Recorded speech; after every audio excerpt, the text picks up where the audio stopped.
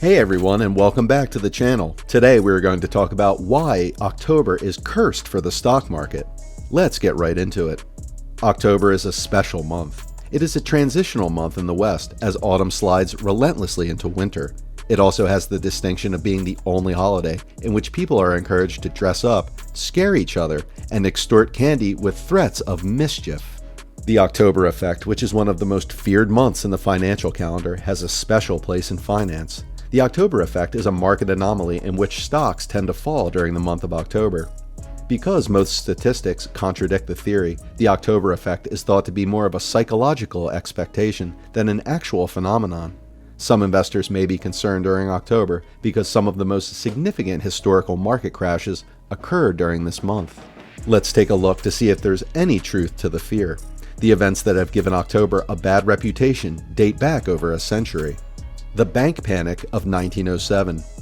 A financial panic threatened to engulf Wall Street, owing primarily to legislative action against trusts and dwindling credit. The panic began in October 1907 and lasted 6 weeks. Several bank runs occurred during the period, as well as heavy panic selling on the stock exchange.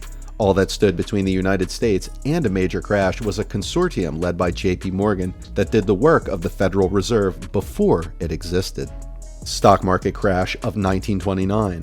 Because so many people had money invested in the market, the 1929 crash, which began on October 24th, was a bloodbath on an unprecedented scale.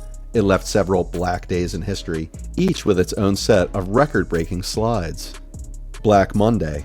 Nothing says Monday quite like a financial meltdown and a surprise stock market crash. Automatic stop-loss orders and the financial contagion gave the market a thorough throttling on October 19, 1987, which historians now refer to as Black Monday, as a domino effect echoed around the world. The Federal Reserve and other central banks stepped in, and the Dow recovered quickly from its 22% drop. Taking the blame for September. Surprisingly, September has more historical down markets than October. More importantly, the triggers for both the 1929 crash and the 1907 panic occurred in September or earlier, and the response was simply delayed. The panic nearly occurred in March of 1907, and with the uncertainty surrounding the fate of trust companies, it could have happened in almost any month. The 1929 crash arguably began in February, when the Fed banned margin trading loans and raised interest rates. Taken on as a whole, there is a strong case to be made that September is worse for the markets than October, as evidenced by the number of black days that occur during the month. Most Americans associate Black Friday with the day following the Thanksgiving holiday, when retailers offer massive discounts and shoppers begin their holiday shopping. But the first Black Friday on September 24, 1869, was far from festive. Jay Gould and other speculators attempted to corner the gold market by collaborating with a Treasury insider. The price continued to rise until the Treasury sold $4 million in government gold, dropping the price of gold by $25 in a single day, causing a catastrophic crash and ruining many speculators. There's also Black Wednesday. On September 16, 1992, George Soros raided the British pound, resulting in Black Wednesday. Outside of the Forex community, this September event is well known. However, within the Forex community, it is regarded as one of the greatest trades ever made. Soros reportedly profited $1 billion from the deal, but the British government lost billions trying to shore up their currency prior to capitulation. The Dow's single-day point declines in September 2001 and 2018 were greater than the Black Monday 1987, the former due to the World Trade Center attacks and the latter due to the subprime mortgage meltdown.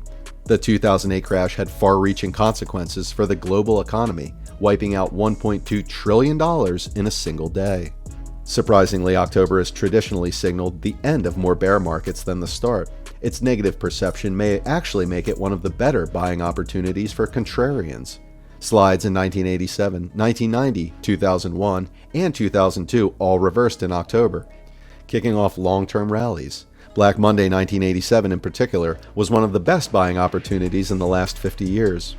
Among others, Peter Lynch used this opportunity to stock up on solid companies that he had missed on their rise. When the market recovered, many of these stocks returned to their previous valuations, and a few went much higher. October gets a bad rap in finance because it contains so many black days. This is more of a psychological effect than anything to do with October. Although most investors have experienced more bad Septembers than bad Octobers, the real point is that financial events do not cluster at any given point. The collapse of Lehman Brothers in the spring of 2008 was one of the worst events of the 2008-2009 financial meltdown. Stocks tend to fall in November and December as a result of year-end rebalancing and tax optimization, and some financially damaging events haven't been designated as black days, simply because the media didn't choose to use that moniker at the time. Although it would be nice if financial panics and stock market crashes were limited to 1 month, October is no more prone to bad luck than the other 11 months of the year. That's it for today. If you guys enjoyed the video, make sure to hit that like button. Don't forget to subscribe and turn on that notification bell so you never miss out on any future content we'll produce for you guys. We're signing off now, but we will be sure to catch you all in the next one.